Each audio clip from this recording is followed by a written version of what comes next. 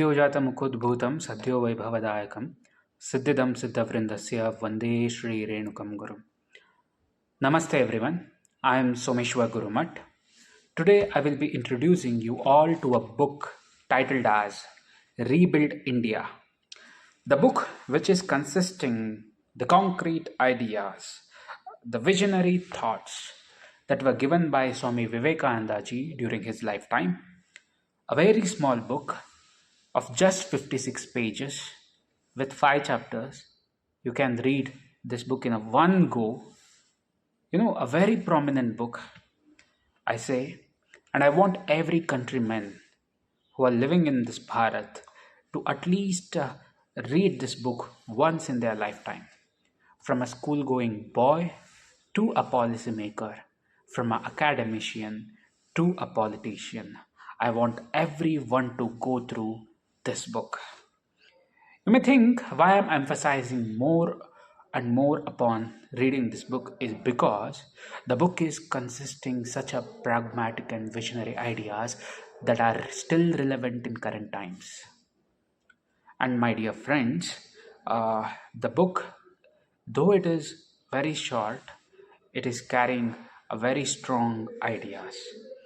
So let us know what actually Swamiji is trying to portray in this book. In the first chapter titled as The Nation Lives in a Cottages, Swamiji is trying to say he wants to speak about the theme of a country. He says each nation has a theme. Every country in this world has a theme. And everything else is secondary than a theme, he's trying to say. It means, in a simple terms, I will explain you, like how for a person, his guna, swabhava or guna dharma, what we call, comes first and everything else is secondary for him. I mean, his swabhava and his swadharma, how it must be given a first prominence in a similar way when it comes to a nation building process, when it comes to a country.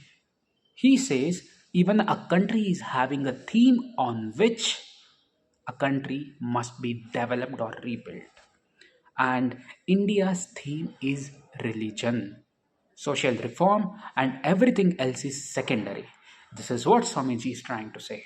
So what it means, even Swamiji has given the prominence for religion. He says specifically India's theme means Bharat's guna dharma, Bharat's swabhava and Bharat's swadharma must be religion, means dharma alone. Rest is secondary. Even in Purushartha, we give prominence more to dharma. And artha, kama and moksha comes next. We can draw an analogy. So, like this, Swamiji is beginning. And he also says that, he guides us in a very different way. Like how, imagine, only when a painter has a clear vision of what he is going to paint on a canvas, he will be able to draw it in a much beautiful way. Only when a engineer who has a concrete image or a concrete vision of how he is going to construct a building, he will be able to put a proper basement. Otherwise, it will be very difficult for him. In a similar way, a person who want to build Bharat, a person who want to rebuild India, even he should have a strong vision. So what kind of a vision he should have? Let us know Swamiji, what Swamiji is trying to say. He says that the poor in the West are devils. Oh, Swamiji is not very racial. He's trying to say this from a point of his personal experience. So he specifically says that every person in the Europe, he measures a personality by his outlook. But my countrymen are not like that. They are measuring with a guna and dharma or swabhava that a person carries with him. So that is why he is saying the poor in the West are devils, but our are angels. Therefore, it is much easier to raise ours. Means it is much easier to, you know, help the poor people of Bharat to raise to a higher level of consciousness and social status and everything else. In every other respect, our masses are much more civilized than the European masses. This is what Swamiji was emphasizing. And he says by giving the religion, dharma, a first position, the anushtana of the religion, the anushtana of dharma must be done in every other strata of the society. Only then we can progress, is what he's trying to tell. You know, uh, today we all discuss more and more about the caste systems. They're very rigid, they're evil in nature because of the caste system, because of the religion. Our country is lagging behind in the race. This is what we all say. But in reality, is it so? Is what even my question is, and is it and the same question has been posed by Swami Vivekananda also long back. So he says the caste system, the jati or the varna vyavastha, what India has is much more better when it is compared to the West. Because in the West, nobody can change their race, nobody can change their caste. But in Indian varna vyavastha, a person can raise to the higher consciousness, can raise to the higher level of varna by understanding his swabhava, his swadharma, and raising his consciousness. This is what indirectly he's trying to say through his words. So our varna vyavastha is not at all a rigid system like the West has.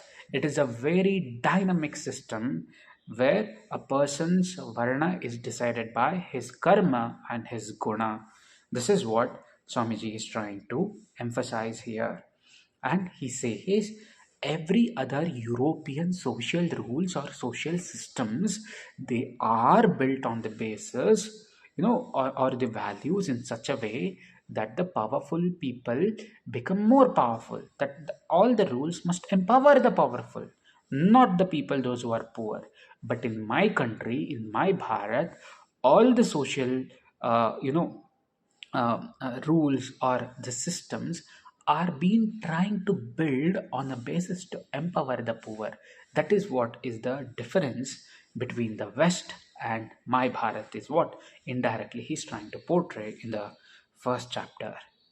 But in the second chapter, Swamiji speaks about some of the great national sin that has been committed by Bharatiyas. So, specifically, what he's trying to say, let us know.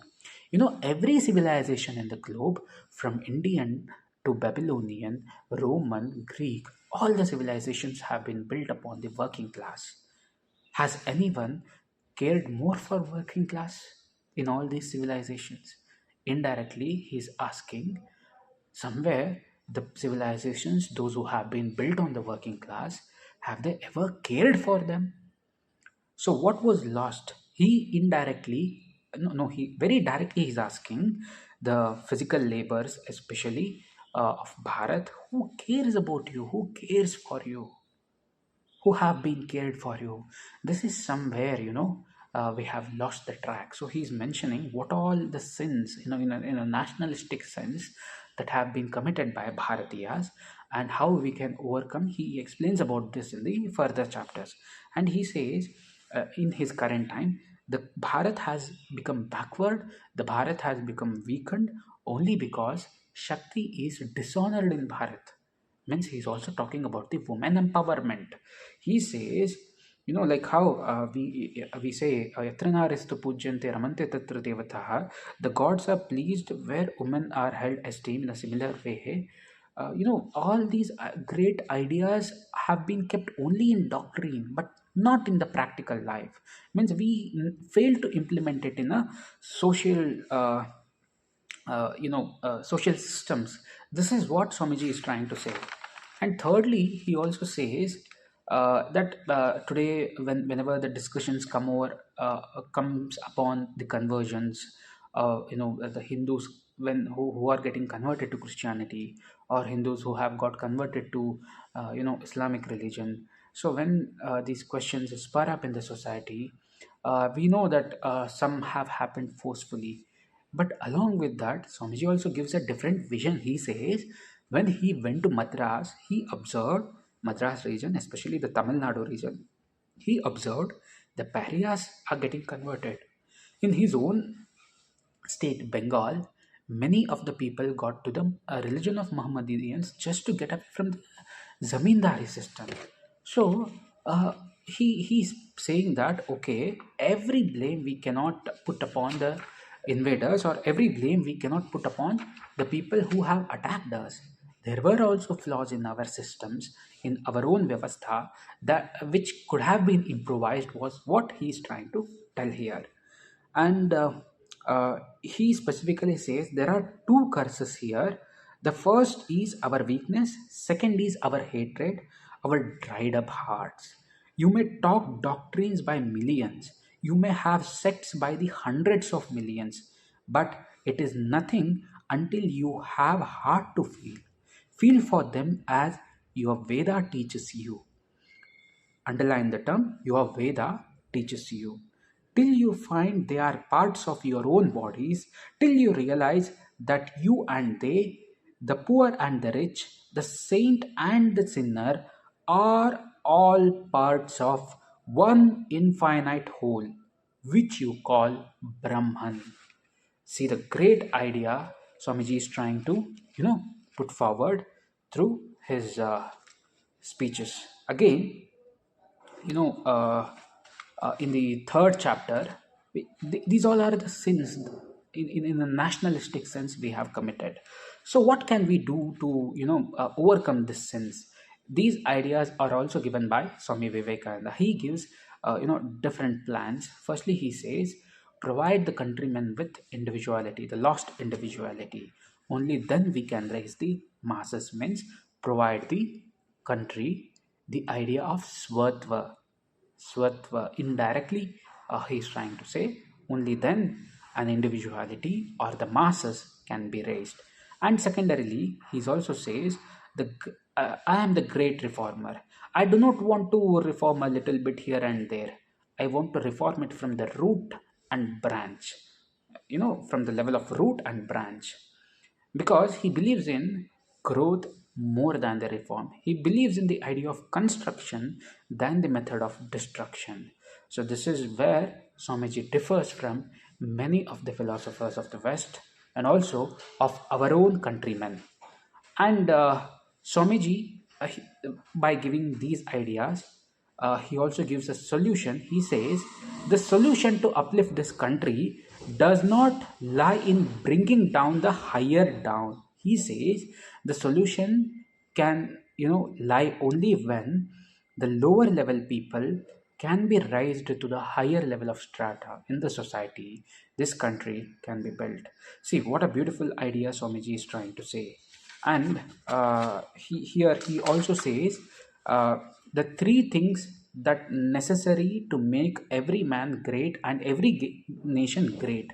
So what are these three things that Swamiji is trying to say? The first is conviction of the powers of goodness, and the second is absence of jealousy and suspicion, and the third thing is helping all who are trying to be and do good. See, these are the three things what he's trying to say. Again, I will repeat it: conviction of the powers of goodness, absence of jealousy and suspicion, and thirdly, helping all who are trying to be and do good. With these three steps, he says every man and every nation can become great.